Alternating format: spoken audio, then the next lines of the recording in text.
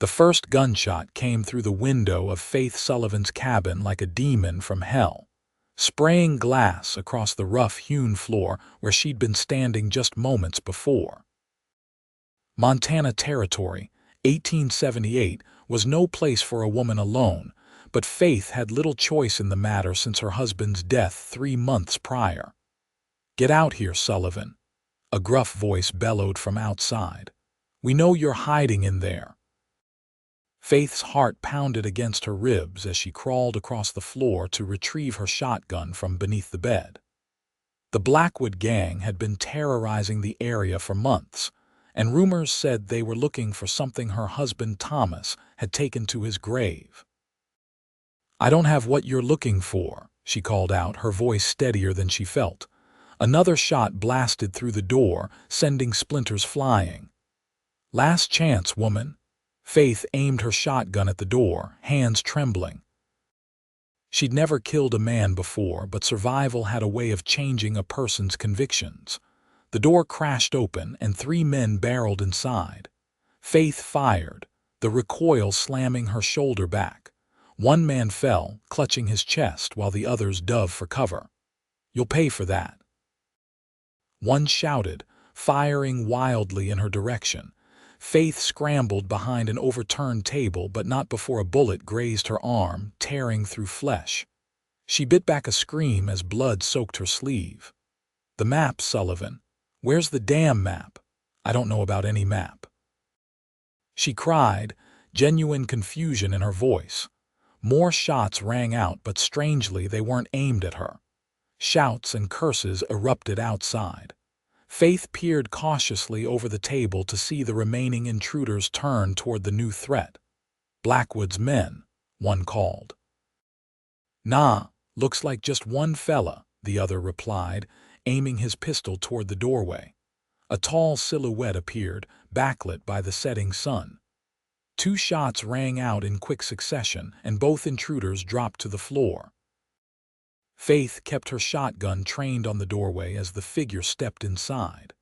Dust swirled around worn leather boots, up to chaps covering long legs, past a holstered revolver to a face partially shadowed by a wide-brimmed hat. "You all right in here, madam?" a deep voice inquired. Faith's finger trembled on the trigger. "Stay where you are." The man raised his hands slowly. "No harm intended. Heard the shots from the trail. Thought someone might need help. Remove your hat," Faith demanded. He complied, revealing a face that made Faith's breath catch.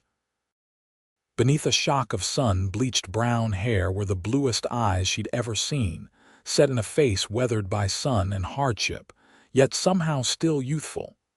A thin scar ran along his jawline, disappearing into the stubble of his beard. "Name's Caleb Mitchell," he said. "I was passing through, heading to Silver Creek." Faith lowered her shotgun slightly. "Faith Sullivan." Caleb's eyes widened almost imperceptibly. "Thomas Sullivan's widow." Faith stiffened. "You knew my husband?" "Not personally, madam. His reputation preceded him. Good man, from what I heard." Blood continued to seep down Faith's arm, and she swayed slightly, lightheaded from the adrenaline and blood loss. Caleb moved toward her, concern etching his features. "You're wounded." "It's just a graze," Faith said, but her knees buckled beneath her. Caleb caught her before she hit the floor, his strong arms surprisingly gentle. "Let me help you, Mrs. Sullivan." Faith wanted to protest, to push away this stranger, but the room was spinning and her strength was failing. "Why would you help me?" she whispered. "Because it's what decent folks do," Caleb replied, guiding her to a chair. And decent folks seemed to be in short supply these days. As he tended to her wound with surprising skill, Faith studied him. There was something in his eyes, a sadness, perhaps, or a loneliness that mirrored her own. "Those men," Faith said, wincing as Caleb cleaned the wound. "They were looking for a map they think Thomas had." Caleb's hands paused momentarily. "What map?" "I don't know. Thomas never mentioned any map to me." Caleb nodded, wrapping a clean strip of cloth around her arm. The Blackwood Gang doesn't give up easily. They'll be back. I can handle myself, Faith insisted, though the bodies on her floor suggested otherwise. Caleb's eyes met hers, direct and unwavering. I don't doubt that, Mrs. Sullivan, but even the strongest person needs help sometimes. Something in his voice, the sincerity in his eyes, made Faith's defenses waver. She hadn't accepted help from anyone since Thomas died, determined to prove she could manage on her own. I'll be moving on tomorrow, Caleb said, rising to his feet. But I'd be happy to help you secure this place tonight if you'll allow it. Faith hesitated, weighing her options.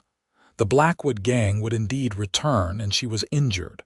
Pride was a luxury she couldn't afford right now. You can stay in the barn, she conceded. But I'll be keeping my shotgun close. A smile tugged at the corner of Caleb's mouth. I wouldn't expect anything less, Mrs. Sullivan. As night fell over the Montana wilderness, Faith watched from her window as Caleb dragged the bodies away from her cabin. There was something familiar about him, though she was certain they'd never met. Perhaps it was just the way he moved with quiet confidence, reminiscent of Thomas in his better days. Faith touched the wound on her arm, grateful it wasn't worse. She had survived yet again, but for how long? And to what end? The loneliness of her existence stretched before her like the vast Montana sky, beautiful but empty. Outside, Caleb finished his grim task and headed toward the barn, pausing to scan the perimeter one last time. His silhouette against the moonlight struck Faith as that of a man carrying invisible burdens. A drifter, most likely, with secrets of his own. Little did she know that their paths had crossed for a reason far beyond chance, and that the scars they both carried were still fresh and bleeding. His long healed but no less painful would soon bind them in ways neither could imagine. Dawn broke over the mountains, painting the sky in hues of pink and gold. Faith had slept fitfully, waking at every creak and whisper of wind. Her arm throbbed beneath the bandage, a constant reminder of how close she'd come to joining Thomas in the ground. She rose and dressed quickly, wincing as she pulled a clean shirt over her injured arm. The events of the previous day seemed surreal in the morning light, but the bullet holes in her wall and the bloodstains on her floor were tangible evidence of the danger she'd faced. Through the window, Faith spotted Caleb by the well, washing up. Water cascaded down his face and neck, dampening his shirt. He moved with the easy grace of a man accustomed to hard labor, muscles shifting beneath wet fabric as he straightened and reached for a towel. Faith busied herself with starting the fire, trying to ignore the unfamiliar flutter in her stomach. It had been a long time since she'd noticed a man that way, and guilt immediately followed the sensation. Thomas was barely cold in his grave. A knock at the door pulled her from her thoughts. "Mrs. Sullivan," Caleb called, "may I come in?" "Yes," she replied, straightening her skirt unnecessarily. Caleb entered, hat in hand, his hair still damp. "Morning, madam. Hope you slept well, considering." "Well enough," Faith said, gesturing to the small table. "Would you care for some coffee and breakfast before you continue to Silver Creek?" "That's mighty kind of you." Caleb sat where indicated, placing his hat on the bench beside him. "But I've been thinking about your situation." Faith tensed. "My situation is not your concern, Mr. Mitchell. Those men yesterday, they weren't just random outlaws. They were sent specifically for something they believe you have." "The map," Faith nodded, placing a cup of coffee before him. "But as I told them, I know nothing about any map." "Whether you know about it or not is irrelevant to men like that," Caleb said, wrapping his hands around the warm cup. "They'll keep coming." Faith cracked eggs into a skillet with more force than necessary. "And what do you suggest? That I abandon my home? This land is all I have left." "I suggest you find out what they're looking for before they find you again." Caleb's blue eyes held her steadily, and I'd like to help if you'll let me." Faith narrowed her eyes. "Why would you delay your journey to help a stranger?" Something flickered across Caleb's face, a shadow of emotion quickly concealed. "Let's just say I have my reasons for disliking the Blackwood Gang." "You have history with them." Caleb took a sip of coffee, avoiding her gaze. "Something like that." Faith placed a plate of eggs and bacon before him, then sat across the table with her own breakfast. "Mr. Mitchell, I appreciate your assistance yesterday, but I've learned not to trust easily. How do I know you're not after this map yourself?" A smile tugged at Caleb's lips. "If I were Mrs. Sullivan, I could have searched your cabin while you slept instead of spending the night in your drafty barn." Faith couldn't argue with that logic. "Fair point, but that doesn't explain why you'd risk your life for me." Caleb's expression grew serious. "Sometimes a man needs to balance the scales, Mrs. Sullivan. Help others as he wishes someone had helped those he cared about." The raw honesty in his voice resonated with Faith. She recognized the look of someone carrying ghosts. She saw it in her own reflection daily. "Very well," she conceded. "Where do we start?" "Your husband's belongings. If there's a map, it might be hidden somewhere obvious." Faith shook her head. "I've gone through everything since he died. There's no map." "Then we need to figure out what the map leads to and why the Blackwood Gang wants it so badly." Caleb finished his breakfast and stood. "May I see where your husband kept his papers?" Faith led him to a small desk in the corner of the cabin. "Everything's here. Business records, deed to the land letters." As Caleb carefully examined the documents, Faith watched his methodical approach. His hands were calloused, but moved with surprising delicacy through the papers. "Your husband was a minor before settling here?" Caleb asked, looking at a claim certificate. "Yes. He found enough gold to buy this land, but nothing extraordinary. He preferred ranching anyway, said it was more honest work." Caleb nodded, continuing his search. After nearly an hour, he sat back with a frown. "Nothing obvious here." Faith sighed. "I told you." "What about personal effects, items he valued?" "Just his pocket watch and Bible. They're in the bedroom." Faith retrieved the items, placing them on the desk. The Bible was well worn, its leather cover cracked with age and use. The silver pocket watch had been Thomas's pride, an heirloom from his father. Caleb opened the Bible carefully, thumbing through the pages. He paused at a passage in Psalms where the paper seemed slightly thicker.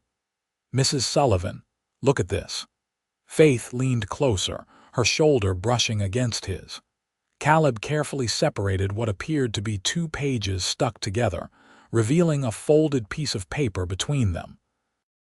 "How did I miss that?" Faith whispered as Caleb unfolded the paper. It wasn't a map in the traditional sense, but a series of landmarks and directions written in Thomas's distinctive handwriting. At the bottom was a cryptic message: "Let the dead keep their secrets." "What does it mean?" Faith asked, studying the paper. "I'm not certain," Caleb admitted, "but these landmarks, I recognize some of them. They're in Blackwood territory." Faith's blood ran cold. "Blackwood as in?" "The gang's leader, James Blackwood, controls the valley about 20 miles east of here. Rumor has it he was a prospector who turned to outlawing when his luck ran dry. And Thomas had a map leading somewhere in his territory." Faith sank into a chair.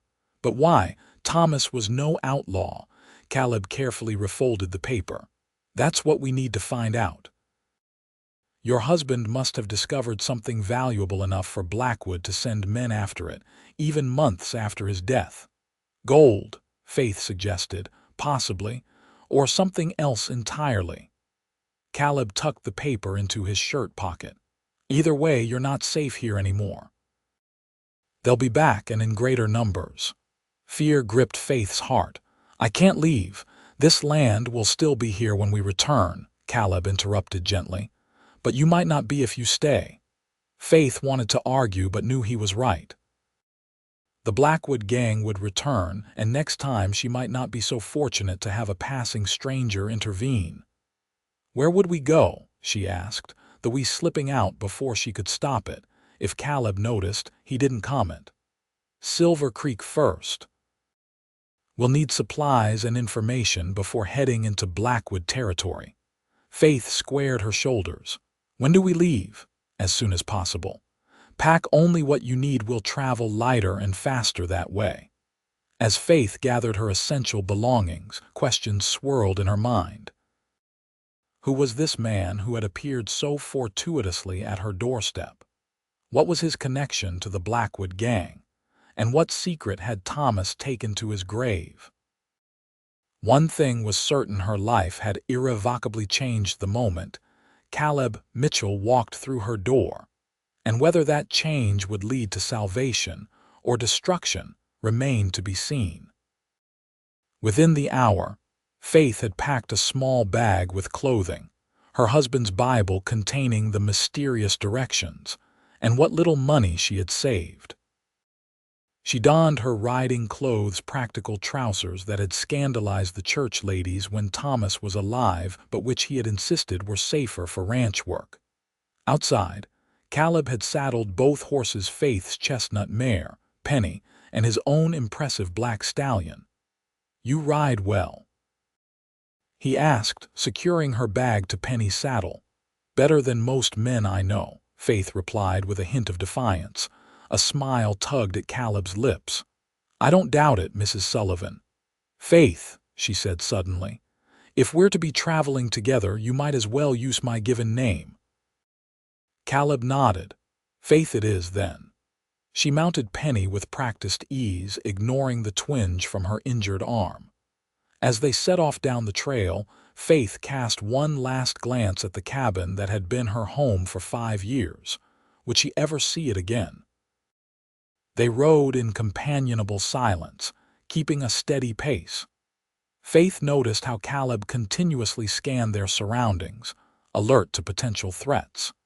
Occasionally, his hand would drift to the revolver at his hip, particularly when they approached areas with good ambush potential. "You've had military training," Faith observed as they stopped to water the horses at a stream. Caleb looked up, surprised. "What makes you say that?" "The way you move, how you constantly check our perimeter." "My father was a cavalry officer. I recognize the habits." A shadow crossed Caleb's face. "I served briefly, during the war." Faith sensed his reluctance to elaborate and didn't press further. The war had left scars on many men, some visible, others buried deep. They reached Silver Creek by mid-afternoon. The mining town was a collection of wooden buildings straddling a fast-moving creek, where prospectors still sifted for gold despite the dwindling returns. The main street bustled with activity: miners coming off shift, merchants hawking wares, and saloon girls beginning their evening work. Faith felt eyes upon her as they rode down the street. A woman in riding clothes, armed with a pistol, alongside a rugged stranger, was bound to attract attention. They stopped outside the mercantile, and Caleb dismounted first, offering a hand to help Faith down. She accepted, noting the strength in his grip and the unexpected gentleness with which he handled her injured arm. "We'll get supplies here," Caleb said, tying their horses to the hitching post. "Then find somewhere to stay for the night. Tomorrow we can ask around about Blackwood territory." The mercantile owner, a portly man with spectacles perched on his nose, eyed them curiously as they entered. "Afternoon, folks. Passing through or staying a spell?" "Just overnight," Caleb replied, examining a display of ammunition. "Shame about that business over at the Sullivan place," the merchant said, looking pointedly at Faith. "Heard there was trouble yesterday." Faith tensed. News traveled fast in the territory. "You've been misinformed," Caleb said smoothly. "Everything's fine there." The merchant didn't look convinced.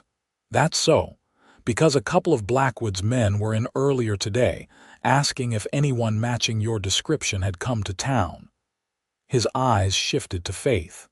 "Seemed mighty interested in finding you, Mrs. Sullivan." Caleb's posture changed subtly, his hand moving closer to his sidearm. "And what did you tell them?" "Nothing yet," the merchant said, his meaning clear. "But they're staying at the saloon across the street. Offered good money for information." Faith's heart raced. They were already being hunted. "We need supplies," she said firmly, refusing to show fear. "Ammunition, food, medical supplies." The merchant hesitated, then nodded. "Cash up front." As they gathered their supplies, Faith felt the weight of the merchant's gaze. Would he sell them out the moment they left his store? "We can't stay in town," she whispered to Caleb. "They know we're here or will soon enough." Caleb nodded, paying for their supplies. "There's a widow who lives just outside town, Martha Hayes. She sometimes takes in travelers. We'll try there." They left the mercantile quickly, keeping their heads down. Faith noticed Caleb scanning the saloon across the street, his expression hardening when he spotted two rough-looking men through the window. "Blackwood's men?" she asked quietly as they mounted their horses. "Yes." "Let's move before they spot us." They rode out of town at a casual pace, trying not to attract attention, but Faith could feel the tension radiating from Caleb. Once they were out of sight of the town, he increased their pace. "The merchant will tell them," Faith said with certainty. "Probably already has," Caleb agreed grimly. "But we have a head start." Martha Hayes's homestead was a modest cabin with a well-tended garden, situated on a small rise overlooking Silver Creek. Chickens scratched in the yard, and smoke curled from the chimney, signs of domestic life that seemed impossibly normal given their circumstances. A gray-haired woman emerged as they approached, a shotgun held casually but ready in her weathered hands. "That's far enough," she called. "State your business." Caleb raised his hand slightly. "Mrs. Hayes, my name is Caleb Mitchell. Sheriff Wilson in Silver Creek suggested you might have room for travelers." Martha Hayes squinted at them, her shrewd eyes taking in every detail. "Sheriff Wilson's been dead 3 months." Caleb's expression didn't change. "Yes, madam, but his recommendation lives on. We're willing to pay well for a discreet place to stay the night." "Discretion costs extra," Martha replied, lowering her shotgun slightly. "And I don't harbor criminals." "We're not criminals," Faith said, stepping forward, "but we are in danger. Please, we just need one night." Martha studied Faith's face, noting the bandaged arm and the weariness in her eyes. Something in the older woman's expression softened. "Come inside, then." "But your troubles stay your own, you hear." "Yes, madam," Caleb agreed. Martha's cabin was warm and inviting, smelling of fresh bread and herbs hanging from the rafters. She fed them a simple but hearty stew and listened as they explained a carefully edited version of their situation. "Blackwood's bunch," Martha spat when they mentioned the gang. "Vultures, the lot of them. They took my son 2 years ago, shot him down for refusing to pay their protection money." Faith's heart ached for the woman. "I'm sorry for your loss." Martha nodded brusquely. "So you're looking for something Blackwood wants, are you? Dangerous game." "Not by choice," Caleb said. "But sometimes the game finds you whether you want to play or not." "Ain't that the truth?" Martha agreed. "Well, you can stay in the back room." "One bed, I'm afraid, but there's a pallet on the floor." "The floor will suit me fine," Caleb said quickly. "Thank you for your hospitality." As darkness fell, Caleb checked and rechecked their weapons and supplies. Faith watched him from her seat by the fire, noting the practiced efficiency of his movements. "You've done this before," she observed quietly, mindful of Martha, who had retired to her room. "Prepared for danger, I mean." Caleb looked up from cleaning his revolver. "It becomes second nature after a while." "And how long is a while, Caleb? Who are you really?" He set the gun down and met her gaze directly. "Someone who's made mistakes, someone who's trying to set things right. That's not an answer. It's all I have to offer right now." His voice was gentle but firm. "Trust is earned, Faith. I'm trying to earn yours." Faith wanted to press further but recognized the walls he'd built around himself, walls not unlike her own. "Get some rest," Caleb said, returning to his task. "Tomorrow won't be easy." Faith retired to the small bedroom, leaving the door slightly ajar. From her bed, she could see Caleb by the fire, his face contemplative as he stared into the flames. What ghosts haunted him? What redemption did he seek? Sleep came fitfully, filled with dreams of Thomas and the life they'd shared, a life cut short by illness that had taken him so quickly she'd barely had time to say goodbye. In her dreams, Thomas tried to tell her something important, his lips moving without sound, his eyes desperate. She woke with a start to find early morning light filtering through the window. For a moment, she was disoriented, then remembered where she was and why. In the main room, she found Caleb and Martha already awake, speaking in hushed tones that ceased when she appeared. "Morning," Martha greeted, pushing a cup of coffee toward her. "Your friend here says you'll be heading into Blackwood territory today." Faith accepted the coffee gratefully. "Yes, we need to find what my husband hid there." Martha's expression was grave. "Then you'll need a guide. Someone who knows that country and can keep you away from Blackwood's patrols." "You know someone?" Caleb asked. Martha nodded. "My brother Frank, he traps in those mountains, knows every trail and hiding spot. He hates Blackwood almost as much as I do." "Will he help us?" Faith asked. "For a price," Martha said, "but he's trustworthy and the best shot in 3 counties. Caleb considered this. "Where can we find him?" "He has a cabin about 5 miles east by the fork in Eagle Creek. I can draw you a map." Martha paused, studying Faith. "But first, let me take a look at that arm of yours." As Martha changed Faith's bandage, she spoke quietly. "Your man there, he's carrying a heavy burden." "He's not my man," Faith corrected automatically. Martha's knowing eyes met hers. "Maybe not yet. But I see how he looks at you when you're not watching, and how you look at him when you think no one notices." Heat rose to Faith's cheeks. "It's not like that. We barely know each other." "Sometimes the heart recognizes what the mind hasn't figured out yet." Martha tied off the fresh bandage. "There, that's healing nicely. Keep it clean." They departed Martha's homestead mid-morning, armed with a crude map to Frank's cabin and supplies to last several days. As they rode, Faith pondered Martha's words. Did Caleb look at her when she wasn't aware? And more troublingly, had she been watching him with something more than mere caution? The idea was unsettling. Thomas had been gone only 3 months. Surely that was too soon to feel anything for another man. Yet she couldn't deny the connection she felt with Caleb, a shared understanding that transcended words. "You're quiet," Caleb observed as they navigated a narrow trail through pine forest. "Just thinking," Faith replied. "Second thoughts about this journey?" Faith shook her head. "No. Whatever Thomas hid, he had a reason. I owe it to him to find out what it was." Caleb nodded, his expression unreadable. "And after, when this is over?" The question caught Faith off guard. "I hadn't thought that far ahead. Return to my ranch, I suppose. It's all I have left." "Is that enough?" Caleb asked softly. "A piece of land and memories." Faith bristled slightly. "It has to be. What else is there?" Caleb didn't answer immediately, his eyes scanning the horizon. "Life has a way of offering second chances when you least expect them."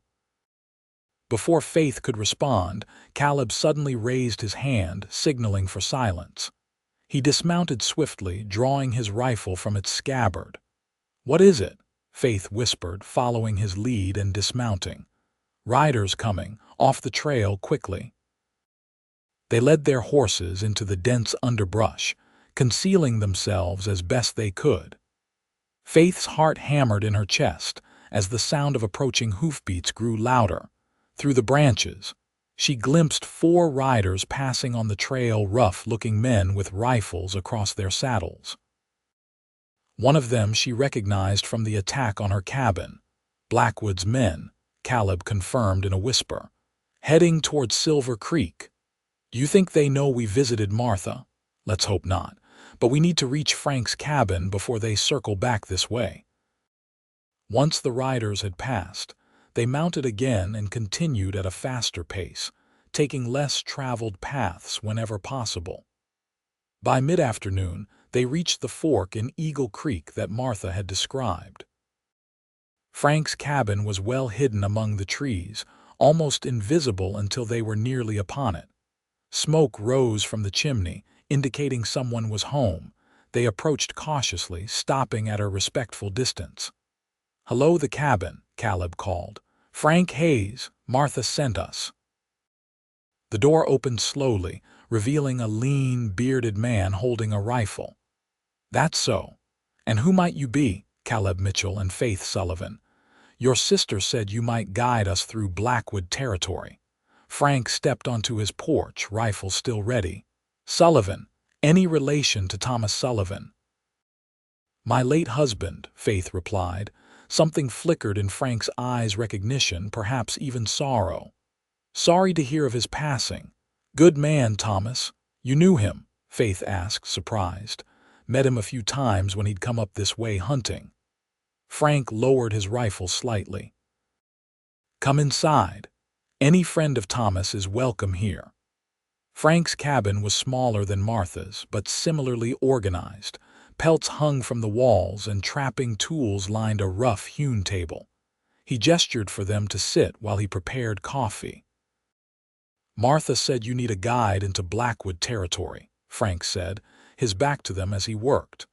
"Mind telling me why?" Faith exchanged a glance with Caleb, who nodded encouragingly. "We believe my husband hid something there," Faith explained. "Something the Blackwood Gang is now hunting for." Frank turned, his weathered face serious. "And you aim to find it first?" "Yes," Caleb confirmed. "Will you help us?" Frank studied them both, his gaze lingering on Faith. "For Thomas's widow, yes, but it'll cost you $50, and I make no guarantees we'll all come back alive." "Understood," Caleb agreed, though the price was steep. Frank nodded.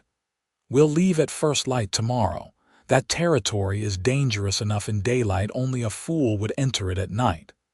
As Frank prepared a simple dinner, he shared what he knew about Blackwood's operation. James Blackwood controls about 30 square miles of territory centered on an abandoned mining camp called Redemption. He's got maybe 20 men riding with him, all killers and thieves. They prey on travelers, extort protection money from nearby settlements, and occasionally raid mining shipments. "How did he gain such power?" Faith asked. Frank's expression darkened. "Fear and violence. Blackwood was a prospector who struck it rich about 8 years ago. Instead of living honest with his fortune, he used it to build his gang, buying loyalty and weapons. The territorial authorities have tried to dislodge him twice. Both attempts ended with dead lawmen." "And he's never been wounded or captured?" Caleb asked. "Some say he's made a deal with the devil," Frank replied, half joking. "But the truth is he's smart and ruthless. He rarely leaves his stronghold in Redemption, and when he does, he travels with a small army." That night, Faith lay on a bedroll near the fire, listening to the sounds of the forest outside and the soft breathing of the men sleeping nearby. Frank had taken the small bedroom, insisting his guests use the main room. Sleep eluded her as she contemplated what tomorrow might bring. What had Thomas hidden in Blackwood territory that was worth killing for? And why hadn't he trusted her with the secret? A log shifted in the fire, sending sparks up the chimney. Across the room, Caleb turned in his sleep, his face troubled. Faith wondered what dreams haunted him, what burdens he carried that kept his expression guarded even in slumber. Despite Martha's insinuations, Faith told herself her interest in Caleb was merely practical. He was helping her, risking his life for reasons she didn't fully understand. That was all. Yet as she finally drifted toward sleep, it was Caleb's face she saw, those blue eyes that seemed to see through her defenses, the gentle hands that had tended her wound, the quiet strength that had appeared when she needed it most. Morning came too quickly, heralded by Frank moving about the cabin preparing for their journey. Faith rose and folded her bedroll, noting that Caleb was already up and outside, tending to the horses. After a breakfast of cornmeal mush and coffee, they set out. Frank led them on a circuitous route, avoiding the main trails and keeping to the higher ground where possible. Blackwood's men patrol the valley floors, he explained. Up here, we can see them before they see us. The day passed in tense vigilance, every snapping twig and bird call causing them to pause and listen. By late afternoon, Frank signaled a halt at a ridgeline overlooking a small valley. There, he said, pointing to a collection of buildings nestled among the trees below. Redemption. Blackwood's stronghold. Faith peered down at the former mining camp. A dozen or so buildings lined what had once been the main street, with smaller structures scattered around the perimeter. Men moved about between the buildings, and horses were corralled near what appeared to be a stable. "I count at least 15 men," Caleb murmured, studying the camp through a small spyglass. "Which building is Blackwood's?" Faith asked. Frank pointed to the largest structure at the far end of the street. "That was the assay office. Now it's his headquarters. He rarely leaves it." "How do we find what we're looking for?" Faith withdrew Thomas's directions from her pocket. "According to this, it's somewhere in or near the camp." Frank studied the paper. "These landmarks. This is describing Hangman's Gulch just beyond the camp to the north. See that stand of dead pines? That's the first marker." Faith felt a rush of excitement and dread. They were close. "We'll need to wait for nightfall," Caleb decided. "Less chance of being spotted." They retreated to a small cave Frank knew of nearby, concealing their horses in a dense thicket. As dusk approached, Faith grew increasingly anxious. "What if we find nothing?" she whispered to Caleb as they prepared their weapons. "What if Thomas's secret died with him?" Caleb's eyes met hers, steady and reassuring. "Then at least you'll know you tried." "But I don't think your husband would have gone to such lengths to hide something insignificant." Faith nodded, drawing strength from his confidence. "Why are you really helping me, Caleb? And don't tell me it's just because you happen to be passing by." Caleb was silent for a long moment, checking the chambers of his revolver. "Blackwood killed someone I cared about," he finally said, his voice low. "My wife, Eliza, 3 years ago." The revelation hit Faith like a physical blow. "I'm so sorry. We were traveling to Oregon to start fresh. Our wagon broke down near his territory. I went for help, leaving Eliza with the wagon." His voice grew tight. "When I returned, Blackwood's men had been there. She fought back. They shot her." Faith reached out, covering his hand with hers. "And you've been hunting him since?" Caleb nodded. "I tracked them for months, but Blackwood's too well protected. I needed a way to get close." His eyes met hers. "When I heard Blackwood's men were searching for something Thomas Sullivan had hidden, I saw my chance."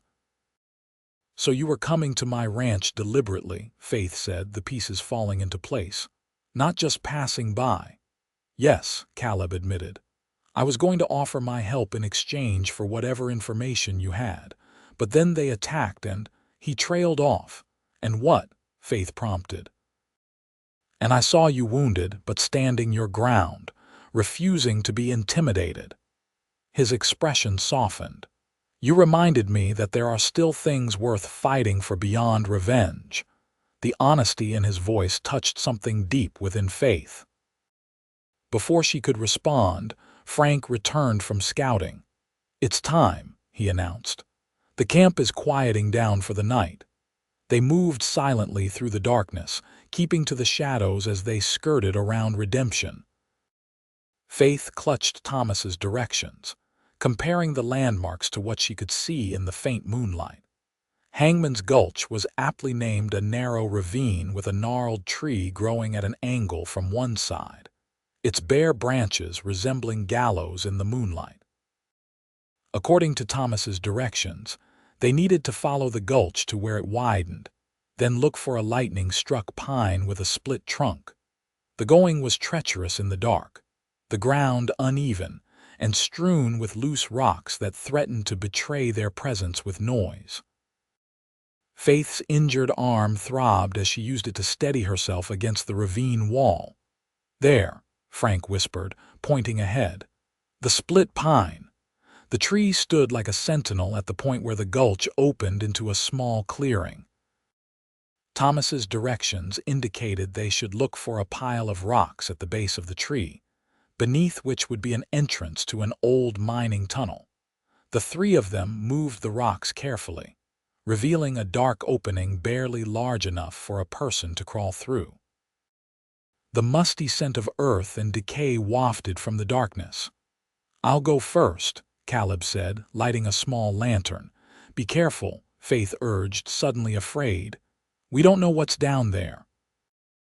Caleb's eyes met hers, and for a moment, everything else faded away: the danger, the quest, even Frank standing nearby.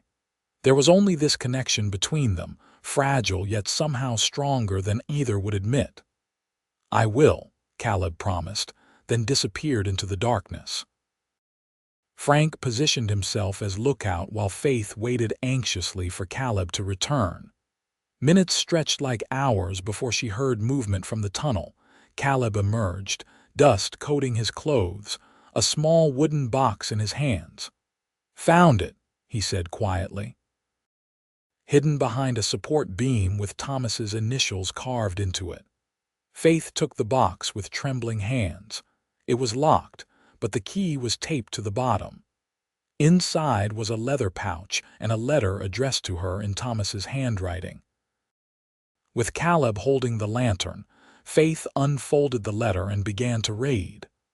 "My dearest Faith, if you are reading this, then I am gone, and you have discovered my secret. Forgive me for not sharing this burden with you in life. 3 years ago, while prospecting in these mountains, I witnessed a murder. James Blackwood shot a woman in cold blood, a woman who had refused his advances. Her husband had gone for help, leaving her vulnerable. I was too far away to intervene, but I saw everything. I also saw where Blackwood hid something. The woman had been carrying papers of some kind that seemed to matter greatly to him. After Blackwood and his men left, I retrieved these papers from their hiding place. They are deeds to silver mines in Colorado, registered in the name of Eliza Mitchell. I believe Blackwood killed her to claim these deeds, which are worth a considerable fortune. I have kept them hidden, hoping to one day find this Eliza's family and return what is rightfully theirs. But Blackwood's influence has grown, making such a search too dangerous. The deeds are in the pouch. Use them to bring Blackwood to justice, or find Eliza's people. This blood money should not remain buried any longer. I love you always, Thomas." Faith looked up from the letter, tears streaming down her face, to find Caleb staring at her with an expression of shock and disbelief. "Eliza," he whispered. "My Eliza." Faith opened the pouch with shaking hands, revealing several official-looking documents, the deeds Thomas had mentioned. "These belong to your wife," Caleb nodded, his voice thick with emotion. "Her father left her those mines. We were traveling to Colorado to claim them when—" He couldn't finish the sentence. Faith handed him the deeds. "Then they're yours now. Thomas wanted them returned to you." Caleb stared at the papers in his hands, years of grief and purpose colliding in this moment. "All this time I thought these were lost forever." "Your husband was a brave man," Frank said quietly to Faith. "Blackwood would have killed him without hesitation had he known Thomas witnessed the murder." "Thomas never told me," Faith said, wiping away tears. He carried this secret alone. To protect you, Caleb said, understanding in his eyes. Just as I would have done. A sudden noise from the direction of the camp made Frank tense. We need to move. Now, someone's coming. They quickly replaced the rocks over the tunnel entrance and retreated into the shadows of the gulch. Faith could hear voices approaching men with lanterns, their harsh laughter echoing off the ravine walls. They know we're here, Frank whispered. Someone must have spotted us. The merchant in Silver Creek, Caleb guessed. He sold us out. They pressed themselves against the ravine wall as the voices grew closer. Faith's heart pounded so loudly she was certain it would give them away. Split up, Frank suggested. I'll lead them away while you two head back to the horses. Caleb shook his head. Too dangerous. We stay together.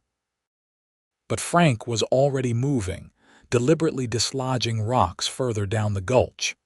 Meet me at my sister's if you make it out, he whispered, then disappeared into the darkness. Moments later they heard Frank call out, "Over here, you bastards," followed by the sound of running feet and shouting. Now, Caleb urged, taking Faith's hand. While they're distracted, they moved as quickly as they dared through the darkness, away from the voices and gunshots that indicated Frank had successfully drawn their pursuers away. Faith prayed the trapper would survive his brave diversion. They had nearly reached the place where they'd left their horses when a figure stepped out from behind a tree, blocking their path. "Well, well," a cold voice drawled. "What have we here?"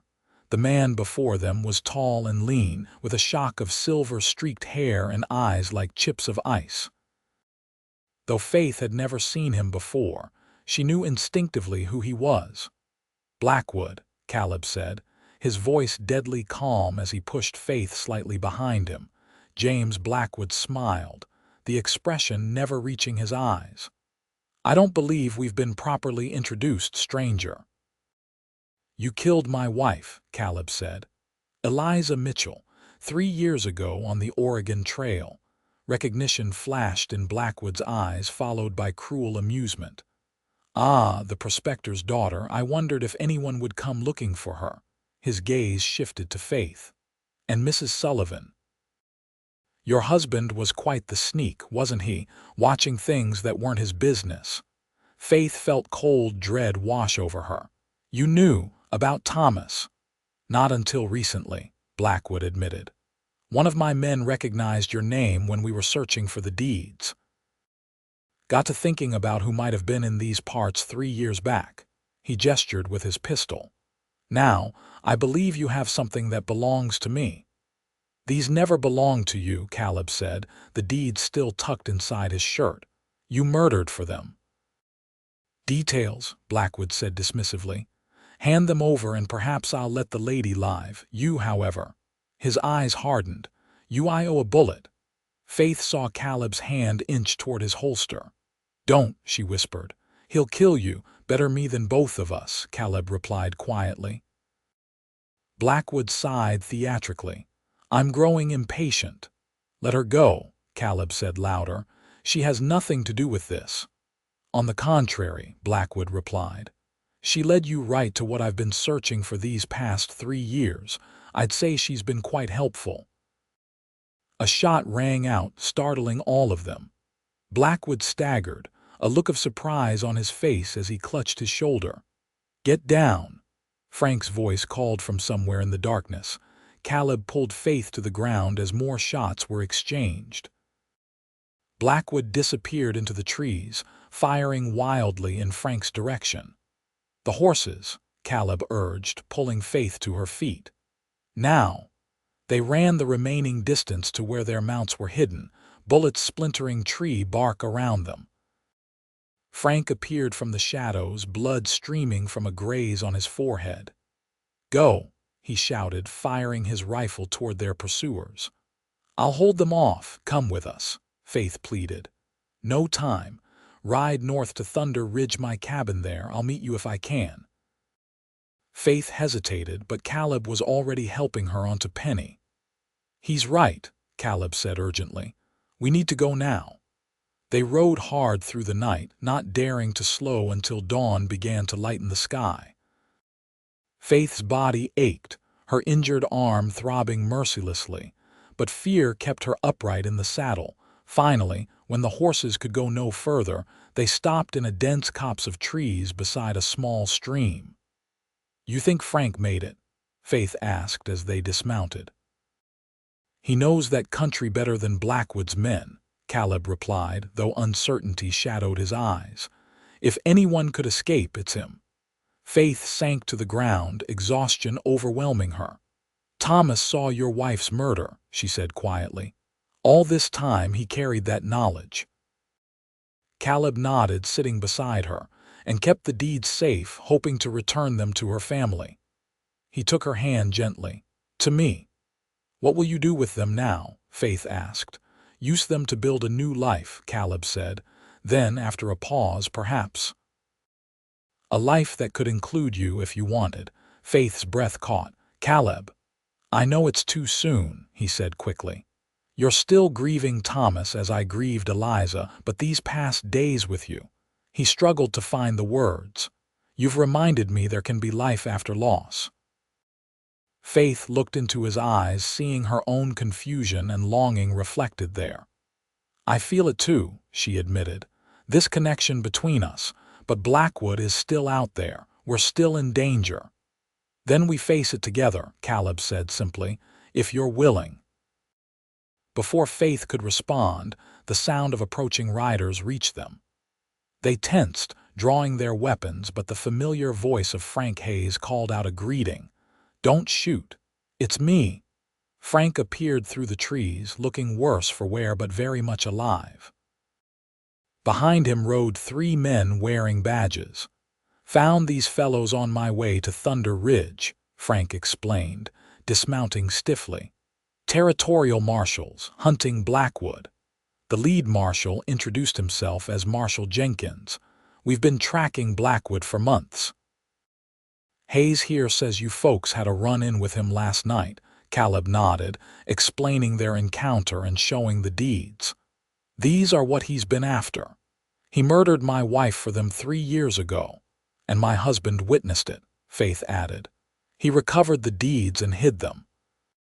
Jenkins examined the documents. "These look legitimate, and they'd certainly be motive for murder." He handed them back to Caleb. "We're gathering a posse to raid Redemption. With your testimonies, we might finally bring Blackwood to justice." "Count me in," Caleb said immediately. Faith grabbed his arm. "Caleb, no, it's too dangerous." "I have to see this through," he replied gently. "For Eliza, for Thomas." Faith knew there would be no dissuading him. "Then I'm coming too." Frank and the marshals exchanged glances. "Not a place for a woman, Mrs. Sullivan," Jenkins said uncomfortably. Faith straightened her spine. "Blackwood killed my husband as surely as if he'd pulled the trigger himself. Thomas died of pneumonia because he pushed himself too hard, afraid to stay in one place too long with Blackwood's men searching for him." Her voice grew stronger. "I have every right to see justice done." Jenkins looked ready to argue, but something in Faith's expression stopped him. "Very well, but you stay at the rear, understood?" The posse gathered throughout the day, as marshals rounded up deputies and trustworthy men from nearby settlements. By nightfall, they numbered 20 strong enough, Jenkins hoped, to overwhelm Blackwood's forces. They would attack at dawn, approaching Redemption from multiple directions to cut off escape routes. Faith, despite her insistence on participating, was assigned to remain with the medical wagon, a compromise she reluctantly accepted.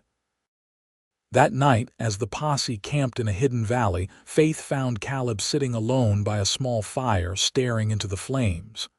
"You should rest," she said, sitting beside him. "I keep thinking about tomorrow," Caleb replied. "About facing Blackwood." Faith took his hand. "Are you afraid?" "Not of dying," Caleb said, "but of what happens after, of failing Eliza's memory somehow." "You could never do that," Faith assured him.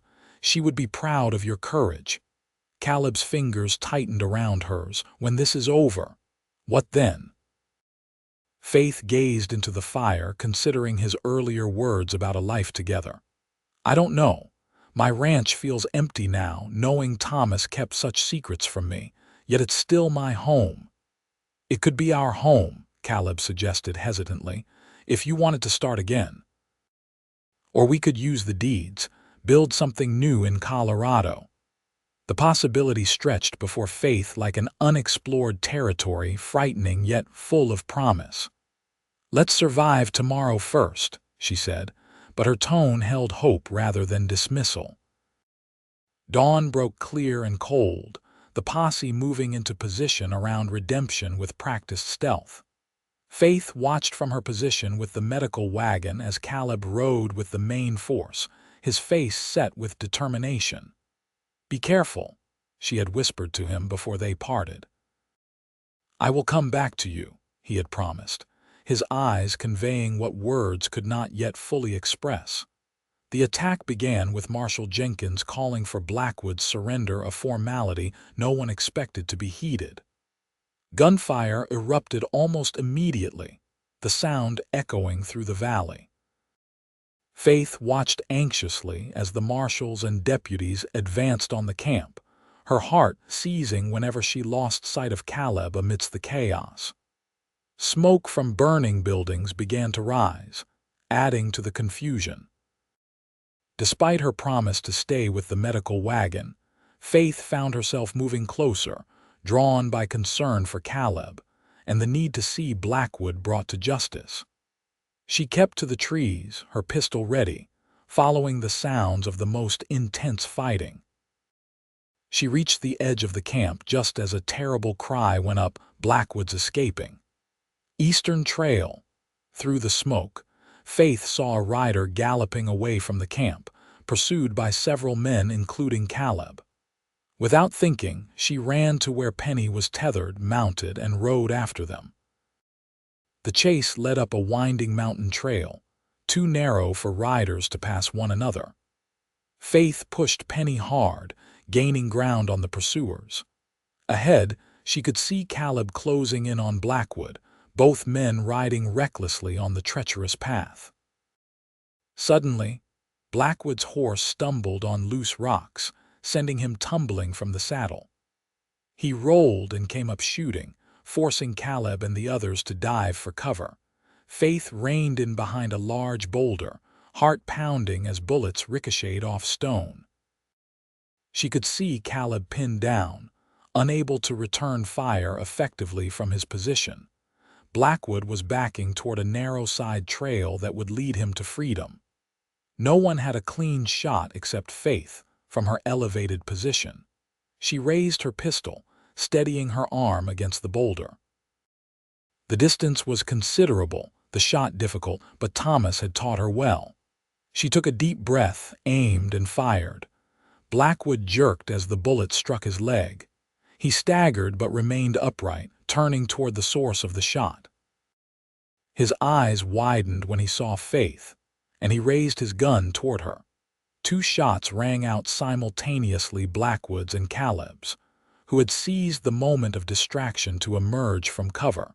Faith felt a burning sensation across her temple as Blackwood's bullet grazed her.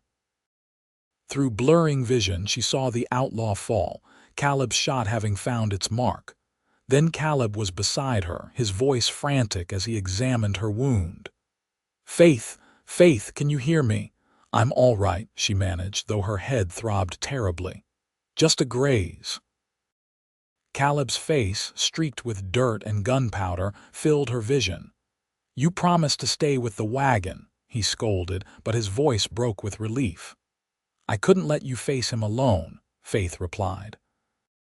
Caleb helped her to her feet as the other marshals secured Blackwood, who was alive but seriously wounded. "It's over," Caleb said, his arm supporting her as they walked back toward their horses.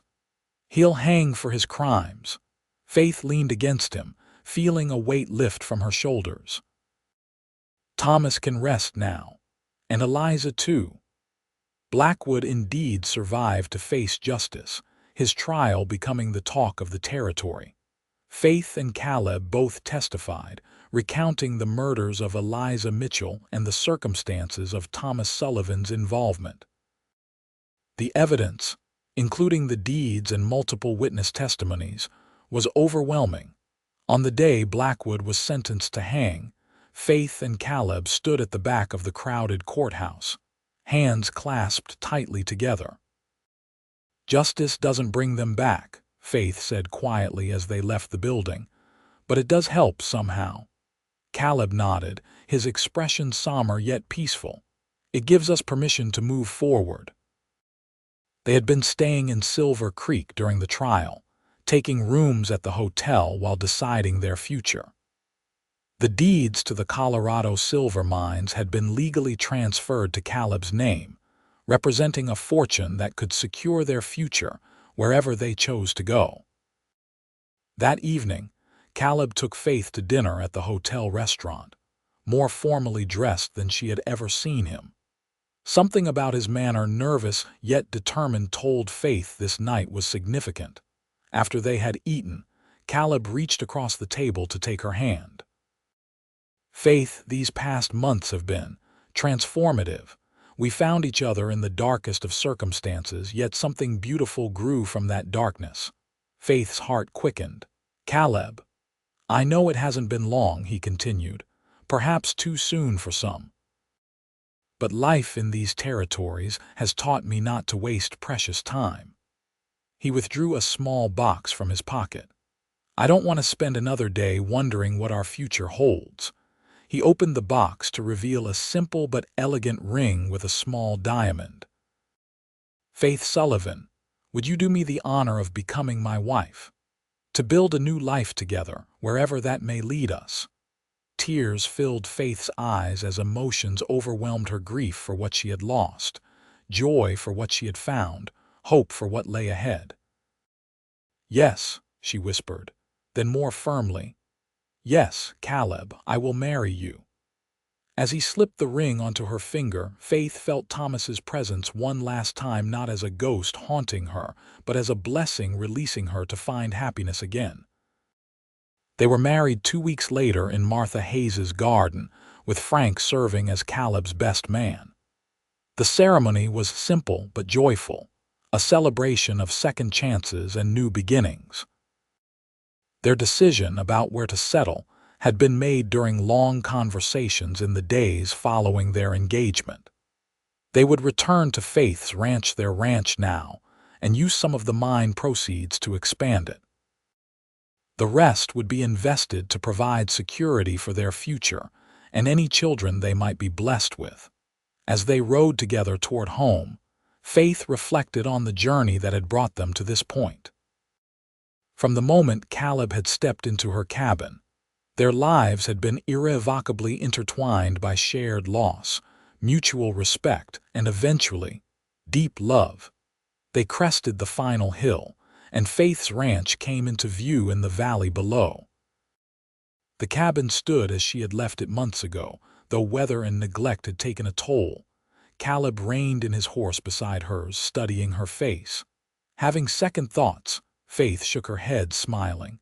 "No, just remembering how I left here afraid, alone, unsure if I'd ever return." "And now?" Caleb asked, reaching for her hand. "Now I'm coming home," Faith said simply. "With you."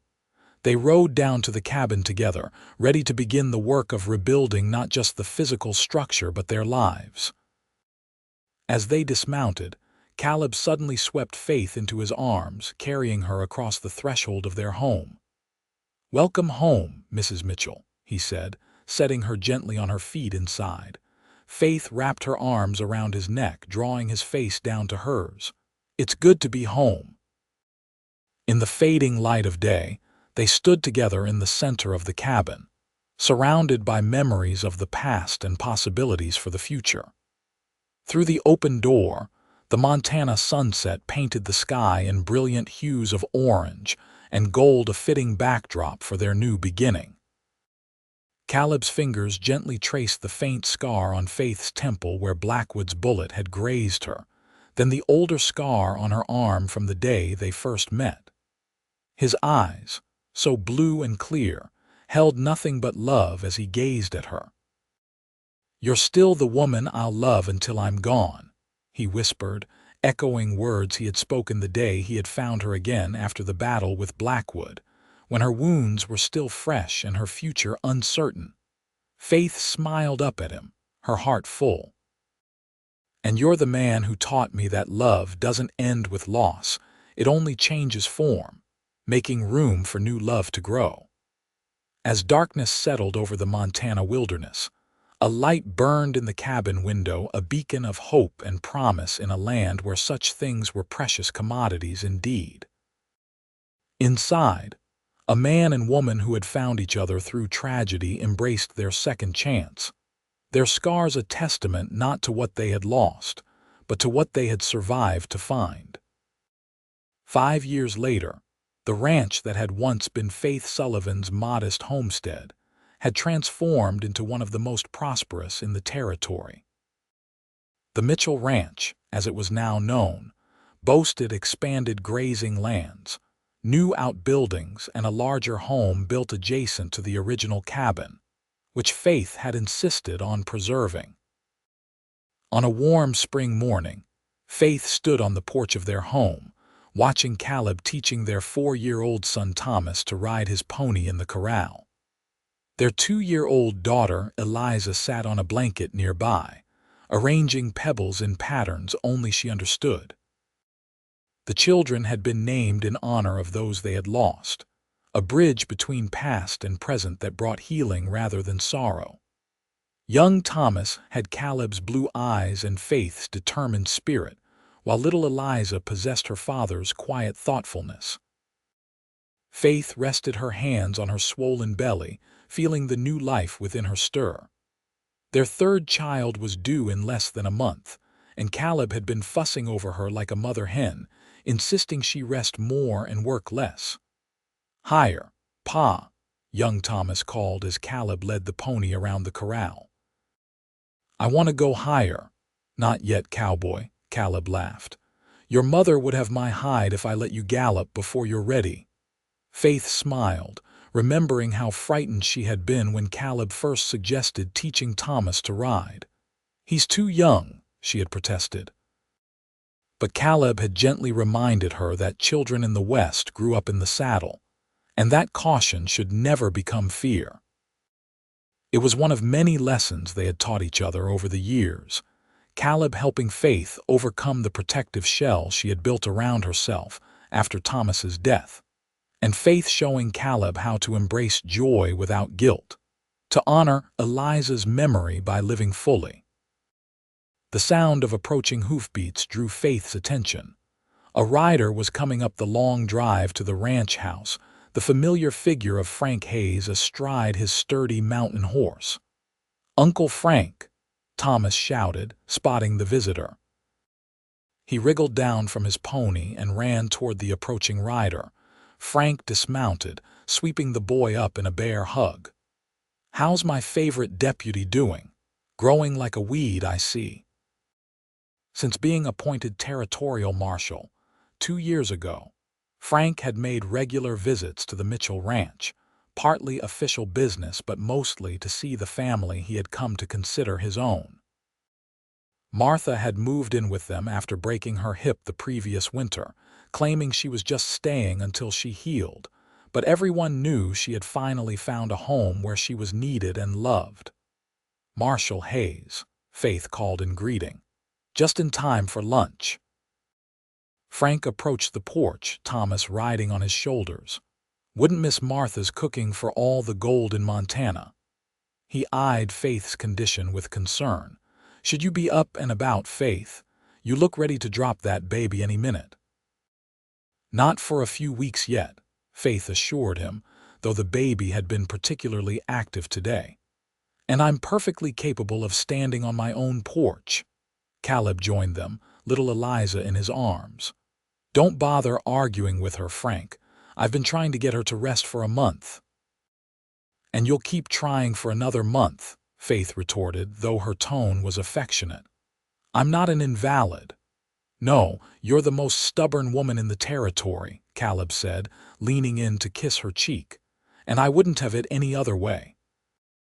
Martha appeared at the door, wiping her hands on her apron. "Stop jawing on the porch and come eat while the food's hot. You too, Frank, you look thin as a rail." They gathered around the large table in the dining room, a family forged not by blood but by choice and circumstance. As Caleb said grace, Faith looked around at the faces she loved her husband, their children, Martha and Frank, and marveled at how full her life had become. After lunch, while Martha supervised the children's nap time, Frank shared news from his latest patrol. "Territory's changing," he said, lighting his pipe. "Railroads coming through Silver Creek next year. Town's already growing with new folks arriving weekly." "Progress," Caleb nodded. "Good for business, at least." "Speaking of business," Frank continued, "that brings me to the other reason for my visit. There's talk of statehood for Montana in the next few years. The territorial governor is appointing a commission to help draft the Constitution, and he asked me to sound you out, Caleb." Caleb looked surprised. "Me? For a constitutional commission? You're respected, educated, and have a stake in the territory's future," Frank said. "Plus, your investments in the silver mines give you standing with the business interests." Faith reached for Caleb's hand, squeezing it encouragingly. "You should consider it, Caleb. You've often spoken about wanting to ensure Montana develops with justice and fairness at its foundation." Caleb looked thoughtful. "It would mean time away from the ranch, from you and the children." "We would manage," Faith assured him. "This is important work." Frank nodded approvingly. "Take some time to think on it. Governor needs your answer within the month." Later that evening, after the children were asleep and their guests had retired to their rooms, Faith and Caleb sat on the porch swing, watching the stars emerge in the vast Montana sky. "Would you really be all right with me taking on this commission?" Caleb asked, his arm around her shoulders. "It could mean weeks in Helena, especially during the winter months." Faith nestled against him. "I married a man with conviction and purpose, Caleb. I would never ask you to be less than who you are." Caleb's hand moved to rest on her belly, feeling their child move beneath his palm. "I never imagined this life," he said softly. "After Eliza died, I thought there was nothing left but revenge. If someone had told me then that I would find love again, have children, be asked to help shape a new state." "Life has a way of surprising us," Faith agreed. "When Thomas died, I was certain my future would be lonely and empty.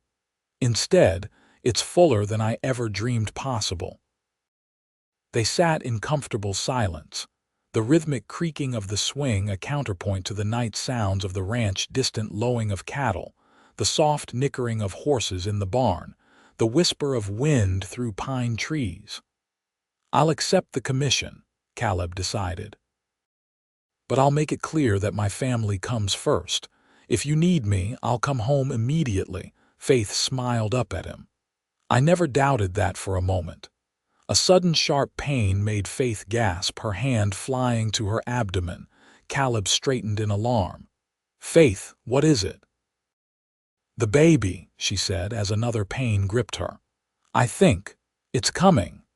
"But it's too early," Caleb protested, helping her to her feet. "Apparently your son or daughter has other ideas," Faith managed through gritted teeth. "Martha warned me third babies often come faster." Caleb supported her into the house, calling for Martha. The older woman appeared immediately, taking charge with the calm efficiency of someone who had delivered countless babies in her long life. "Get her to bed," Martha instructed Caleb. "Then fetch hot water and clean linens." Hours later, as the first light of dawn touched the eastern sky, Faith gave birth to a healthy baby girl. Caleb held her hand throughout the ordeal, his face a mixture of concern, awe, and boundless love. "She's perfect," he whispered, tears in his eyes as he held his newest daughter for the first time. "What shall we name her?"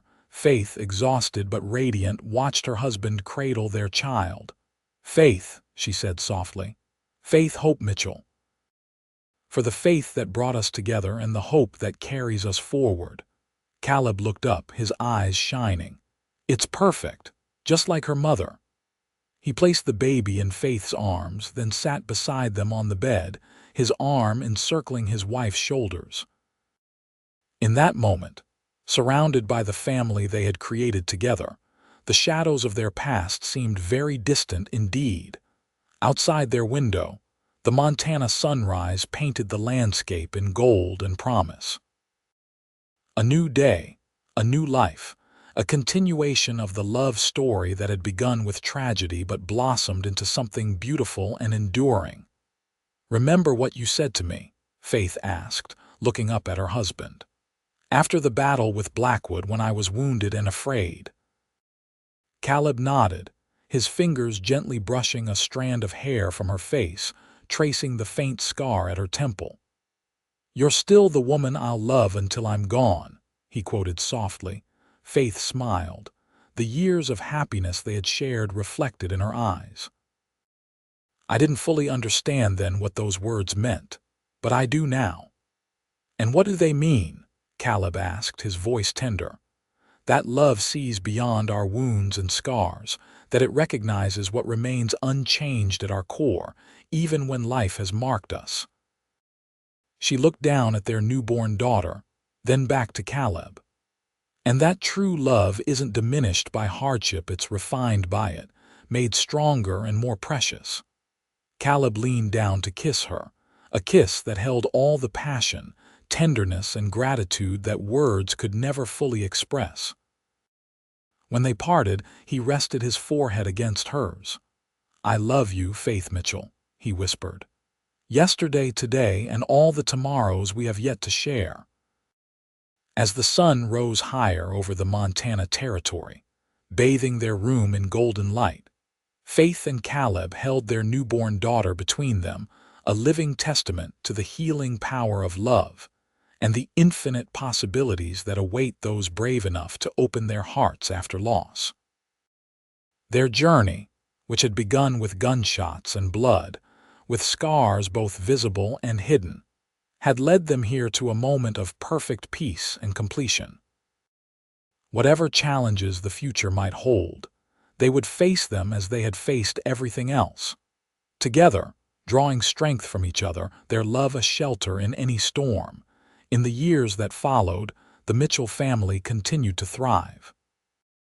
Caleb's work on the Constitutional Commission earned him respect throughout the territory. And when Montana achieved statehood in 1889, he was elected to the first state legislature. His experiences with both law and lawlessness gave him unique insight into creating a just legal framework for the new state. Faith managed the ranch with the same determination and skill that had sustained her through her darkest days. Under her guidance, the Mitchell Ranch became known not only for its prosperity, but for its fair treatment of workers and innovative ranching practices. Their children grew tall and strong in the Montana sunshine, each developing their own distinct personalities while sharing their parents' core values of courage, integrity, and compassion. Young Thomas showed a gift for working with horses that surpassed even his father's, while Eliza revealed a quick mind and love of books that suggested a future beyond the confines of ranch life. Little Faith proved to be a perfect blend of her namesakes, thoughtful like her father, determined like her mother, and with a natural talent for bringing people together. On their 20th wedding anniversary, Caleb surprised Faith with a special gift, a silver locket containing miniature portraits of both Thomas Sullivan and Eliza Mitchell. "So we never forget those who helped bring us together," he explained as Faith opened the precious gift, tears welling in her eyes. "They are always with us," Faith agreed, touching the locket gently. "In our children, in our love, in the life we've built." That evening, as they sat on the porch of the home they had created together, watching the sun set over the land they had nurtured, Caleb took Faith's hand in his thumb tracing the wedding band he had placed there 2 decades before. "Any regrets?" he asked, studying her face still beautiful to him, perhaps more so for the lines that time and laughter had etched there. Faith shook her head, smiling. "Not one. Every step, every choice, even every scar led me here, to you, to our children, to this life we've made." She leaned against his shoulder, feeling the steady strength that had been her anchor through the years. "And you? Do you ever wonder about the path not taken?" Caleb's arm tightened around her. "Never. I found everything I never knew I was searching for the day I found you." As twilight deepened into night, they remained together on the porch. Two people who had found in each other not just love, but redemption, purpose, and the courage to begin again. Their story, which had begun in violence and grief, had transformed into one of enduring love and quiet joy, proof that even the deepest wounds could heal, given time and tenderness. And if their scars remained, they were no longer marks of pain but testaments to survival, reminders not of what they had lost, but of what they had found in each other. A love strong enough to weather any storm, tender enough to heal any hurt, and true enough to last until the end of their days.